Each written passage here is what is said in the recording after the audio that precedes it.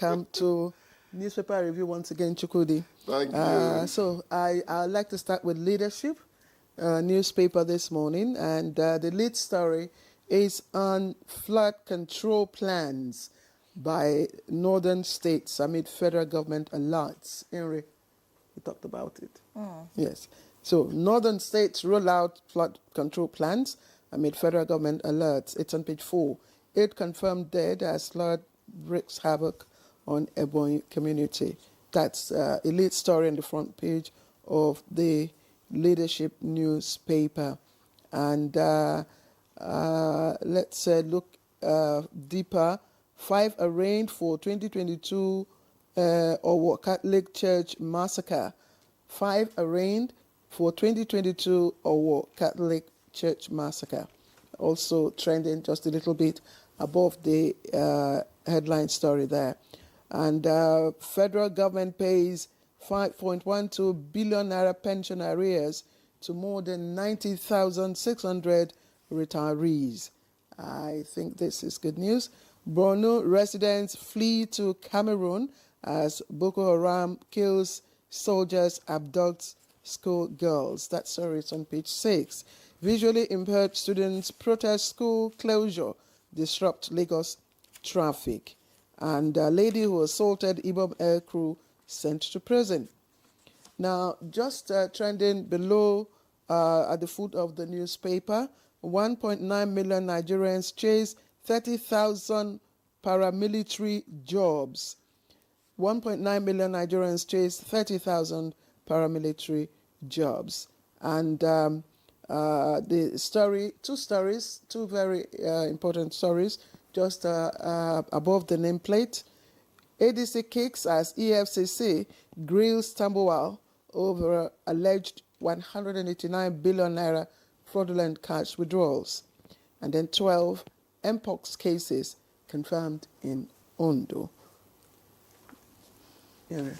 All right, so let's see what the Guardian is offering this morning. The Guardian leads with digital tinted glass permit.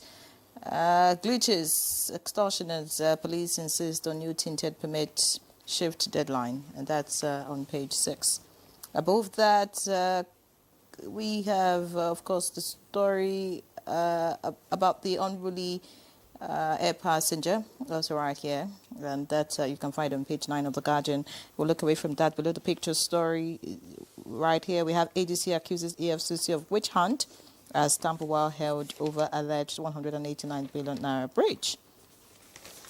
Protest rock Yelwata as gunmen kill 3 in fresh attack. Not a good one. Page 30 has that. Visually impaired protesters block airport road over closure of Farmcraft Center. That happens to be on all the papers this morning. And Oyebanji SARC's commissioners orders in Ekiti cabinet reshuffle. Details on page 7. Of course, the story about the core member and issues. NYC versus Raya is also right here. Vengeful act says Labour Party as lawyer threatens lawsuit. All right, that's it's on the Guardian. The Daily Trust doesn't have so much, but of course the story on Tambuwal leads this morning on the Daily Trust. It says the FCC detains Tambuwal, invites ex-governor Emeka Ihedioha. Okay. Above that, World Bank approves $300 million to support IDPs in northern Nigeria, page 37. 5 months after federal government ban, another tanker explodes in Kaduna. That's on page 7. Boko Haram kills 3 soldiers, abducts schoolgirl in Borno. And below the picture story of the Daily Trust this morning, we have another Katsina local government enters peace deal with bandits. You want to hear that again? Another Katsina local government enters peace deal with bandits. That's on page 6. And below that, we killed many bandits in Zamfara, according to military. And finally, passenger remanded for assaulting airline staff. All right, Chukwudi. Claire, you had one concerning money paid out to pensioners. And anytime I hear that, it gladdens my heart. Because as we seem to all have agreed, prices are going down. A few things are happening to the economy, are positive things. But we still know that even that which we earn does not quite meet the expectations of our purchases. But let's be happy one day at a time, as it were. So I'm very happy about the retirees. It really touched my heart. I hope that those who protested last time are also included in this batch of payment, because that will go a long way, to depict, the government as a listening government. Because sometime, a few weeks back, the civil service had this event where, of course, one of the, sessions had to do with how, the civil service can listen and respond, to the public. So, and I think that this is good. At least it will give those of us who are preparing, to exit, a ray of hope. You done the reach already. Yeah. I can't believe that. Just like that, Chukwudi. Yes, that's Chukwudi, let's also life look. goes on, really, my dear. Yes, let's also look at. I think the lead story on the front page of the leadership is northern states. Taking action via the early warning signal that was given out by the Ministry of Environment. You and I, were talking about it, and I think this is what it should be. Once you have an early warning signal, make the best use of it. Now we are seeing the northern states doing something. What about the other states that were mentioned? No, it's the flooding has actually become an ill wind that blows no one any good.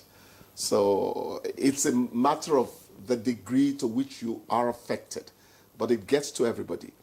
But even the people you say are taking action, I would say they are reacting, because this period of year, it will happen again next year. You don't have to be a prophet to know. So I would be more interested in what they have started doing on their own before NIMET and the rest of them started saying, hey, if they come again, as usual. Because it has gone beyond even that which block drainages, houses built in the wrong places cause, to ice is melting in the Arctic and spilling its waters to the mainland, dry land, so that a little rain comes as to what the ice has already released, and you have a deluge. Someone was asking how we've been able to integrate the meaning of climate change into the heart of Nigerians, such that they begin to take action themselves and not also to, wait for government. There are little things that we can do on our own. You just talked about, blocked, drains and yes, and gutters. Exactly. So these are small little things that we can do to avoid, flash flooding. Yes, a stitch in time, they say, saves 9. Action now may save more trouble later. That's the meaning of that, English proverb. But little attitudes, little bad attitudes do not allow us. It's not that we can't do it. It's not built into our chemistry. We don't think like that. Gone are the days when that mentality that saw you take the outside sweeping broom under the mango tree, the orange trees in the village, and it was so clean you could lie there and rest. Those days are gone. Yes, and I think people are now behaving like, some of us are behaving like PIGS. And I think we should send a message. If you're one of those who would finish your bananas and then fling what do you call it now? Peel. The peel, through your car window, or you finish your pure water sachet, you throw it out, I think these are small things that one is nauseating. You see a man in a state of the art Jeep, and you see banana peel come out of his window. You can't marry the car with the mentality of the person with the driving action. it. It doesn't make sense. Let's quickly. Yeah, you have all this. We could take more from here. Yeah. Let's look at the Let's look at the issue of Tambuwal. Being in answering EFCC call.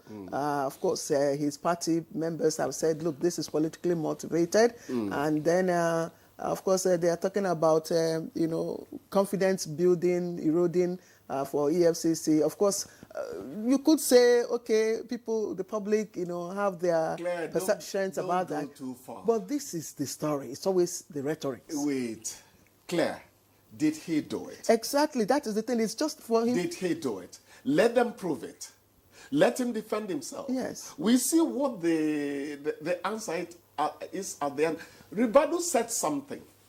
When Obasanjo was being accused of using his powers to go after political enemies, Ribadu said, we never took anyone whom we did not have something on. So the sentiment of whether it's a political witch hunt and all that, that's why I said, did he do it? If he did it, let them go ahead and convict. Okay. If he didn't do it, for crying out loud, let the man go. It's as simple as that. All right. So let's leave the emotions of it. Well, they should continue their investigation. The matter that concerns me this morning in the papers is this issue about another Katsina local government enters peace deal with bandits. Now, this makes it 3. I can read in the details now. It says so far 3 local governments have signed peace deals with bandits, and the deal is that the bandits can move around freely in the communities, and then it will prevent the farmers from being attacked. Communities that have refused to sign a peace deal are constantly being attacked. They cannot go to their farms and all of that. Meanwhile, the government is saying that they are not planning to negotiate with bandits. I don't understand the story. No. I read a piece where the villagers are being accused of complicity. It depends on who is talking. I'm going to talk about the ultimate. They're saying it's complicity if they are hobnobbing with bandits and all that. But they want to be able to go to their farms. They want to feel safe. Under normal circumstances, no villager would want to hobnob with a bandit. So let it not be that they have decided, since they cannot secure our lives, let's join them. Self-help. I pray that is not it. Chukwudi, before we let you go, you negotiate with known people. Now, these bandits, are they known? Who are you negotiating with? If you look at the case between other developed countries where you have, terrorist gangs, known terrorist, networks. I mean, prisoner exchange is part of negotiations. So you know the people you are negotiating with.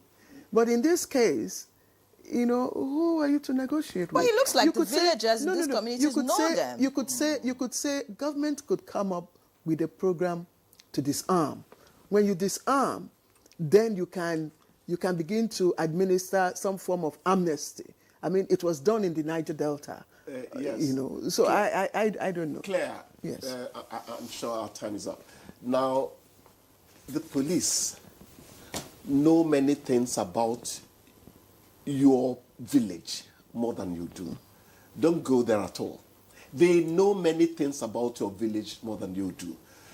They know the bandits. The question is, which one of them is stepping forward to say, okay, we want to talk with you? All right. Is it not going to be a straight dash to jail and all that?